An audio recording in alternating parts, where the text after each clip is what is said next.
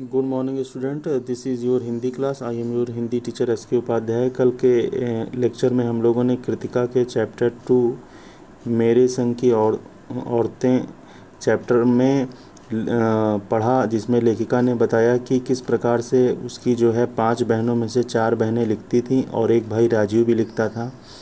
आज उस कहानी में आगे जो है समझने का प्रयास करते हैं कि लेखिका अपने 4 बहनों के बारे में और बताती है, उनकी विशेषताओं के बारे में। लेखिका कहती है कि हम 4 लिखते हैं और तमाम ख़ानदान हमें पढ़ता है। लेखिका फिर अपने बारे में बताती है कि मेरे ससुराल में मुझे कोई नहीं पढ़ता। इस बात को मतलब हजम करने में मुझे काफ़ी समय लगा कि समाज के बहुत से परिवार उसके द्वारा लिखे गए लेखों को पढ़ते हैं, लेकिन उसके खुद ससुराल वाले उसके लेखों को नहीं पढ़ते। फिर उसके फ़ायदे भी लेखिका को नज़र आने लगे। लेखिका का कहना है, कम से कम घर के भीतर तो मुझे हिंदी आलोचना बुद्धि से 2-4 नहीं होना पड़ता कि अगर घर के लोग पढ़ते तो उसमें से मीन मेख भी निकालते, कमियां भी निकालते। तो जब वो पढ़ेंगे नहीं तो कमी क्या निकालेंगे। लेखिका ये मतलब उसका फ़ायदा भी बता रही थी। खैर, मैं अपनी नहीं उन आदेवियों की बात कहना चाहती हूँ जो परदादी की मन्नत के नतीजतन धरती पर आईं और लेखक बनी।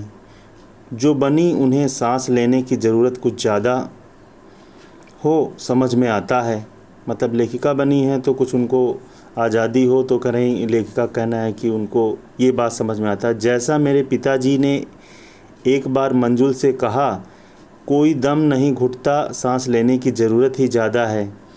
पर यहाँ तो हम शेर तो गैर लेखिका बहनें सवा शेर।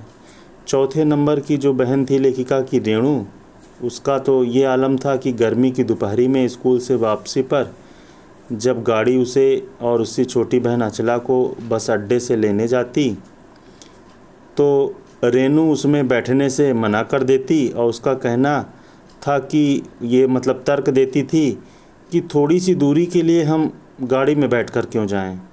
ये तो कोई सामंतशाही प्रतीक था। मतलब इस प्रकार थोड़ी सी दूरी जो है गाड़ी पर जाना, ये कोई अफसरशाही या सामंतशाही प्रथा का था और जो उसकी विरोधी थी, जो शायद था पर साथ ही पिता के द्वारा उसको अतिरिक्त जो लाड़ प्यार था उसका भी कारण था। और रसोइये को खाना खिलाकर जल्दी फारिग करने की लाचारी का भी फारिग का मतलब काम से फुर्सत होना, निश्चिंत होना, वो फारिग का मतलब होता है। तो सब चीज़ों से उदासीन रहती है। मतलब माँ को इस सब चीज़ों से ज़्यादा मतलब नहीं था, लेकिन पिता इस सब चीज़ों में काफ़ी एक्टिव रहते थे, जागरूक रहते थे। पिता काफ़ी उससे कुढ़ते भुनते थे इस सब चीज़ों से।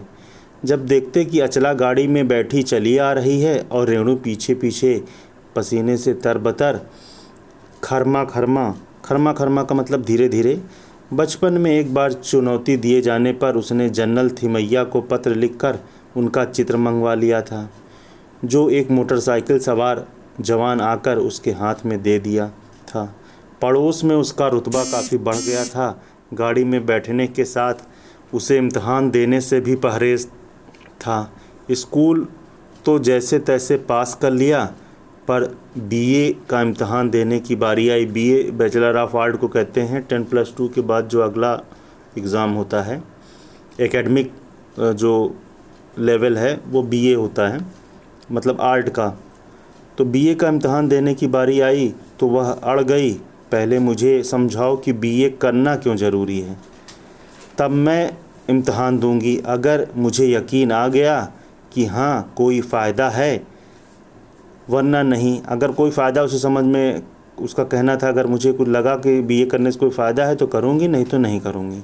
हमने तरह तरह की उसे तर्क देकर समझाने का प्रयास किया। माँ ने कहा पिताजी से पूछो, पिताजी ने कहा नौकरी कर पाओगी, शादी कर पाओगी, लोग इज्जत से देखेंगे, वगैरह वगैरह। कोई तर्क विश्वसनीय नहीं लगा, ना रेणु को ना खुद उन्हें। आखिर उन्होंने उसी कुतर्क का सहारा लिया जो युगों से माँ बाप के काम आता रहा। मतलब जिस प्रकार से माँ बाप अपने बच्चों को प्रेशर से वो कोई काम कराते हैं, अपने इच्छा को ज़बरदस्ती, वही लेखिका कहना है। कहा बीए करो क्योंकि मैं कह रहा हूँ। ये पिताजी ने कहा। करो रेणु ने बीए कर तो लिया, पर सिर्फ पिताजी की खुशी के लिए, यानी पास होने लायक नंबर लाकर सच बोलने में वह माँ से भी दो कदम आगे है। गनीमत यह है कि आधा समय उसने सच सुनकर लोग सोचते हैं कि वह मजाक कर रही होगी, इसलिए बिना मेहनत वह लोगों को हंसाए रख लेती है। आज भी उसे कोई इत्र भेंट करता है तो वह कहती है, नहीं चाहिए, मैं तो नहाती हूँ। उसका मतलब ये विचार है कि इत्र वही लोग लगाते हैं जो नहीं नहाते हैं। तीसरे नंबर पर चित्रा है। वह कॉलेज पढ़ने तो जाती थी, इसकी विशेषता अलग प्रकार से थी, पर खुद पढ़ने से ज़्यादा दिलचस्पी औरों को पढ़ाने में रखती थी चित्रा। इसलिए जो इम्तिहान या परीक्षा में उसके जो है नंबर कम आते और उसके जो सहेलियों या मित्रों के नंबर ज़्यादा आते।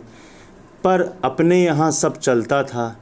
उसकी शादी का वक्त आया तो उसने एक नज़र में लड़का पसंद करके ऐलान कर दिया कि शादी करेगी।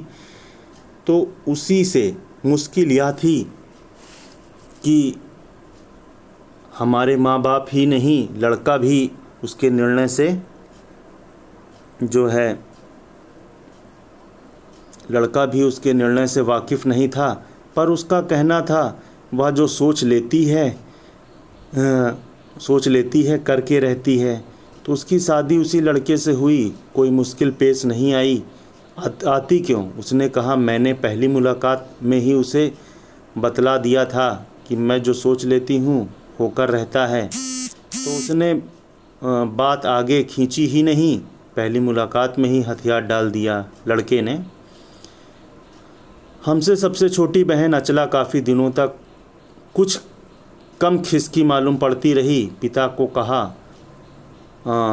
का कहा मानकर पहले अर्थशास्त्र किया। अर्थशास्त्र इकोनॉमिक्स को कहते हैं। फिर पत्रकारिता में दाखिला लिया। पत्रकारिता जो है जर्नलिज्म को कहते हैं। ढंग से पढ़ाई की, पास हुई। फिर पिता की पसंद से शादी भी कर ली, पर उसके आगे लीक पर नहीं चल पाई, मतलब उनके द्वारा बताए गए रास्तों पर नहीं चल पाई। घर बार में मन ज़्यादा रुचा नहीं, मतलब उसे घर बार में ज़्यादा मन नहीं लगता था। और मंजुल और मेरी तरह उम्र के 30 बरस पार करते ही लिखने का रोग लगा लिया। एक बात हम में एक सी रही। घर बार को परंपरागत तरीके से भले न चलाया हो, उसे तोड़ा भी नहीं।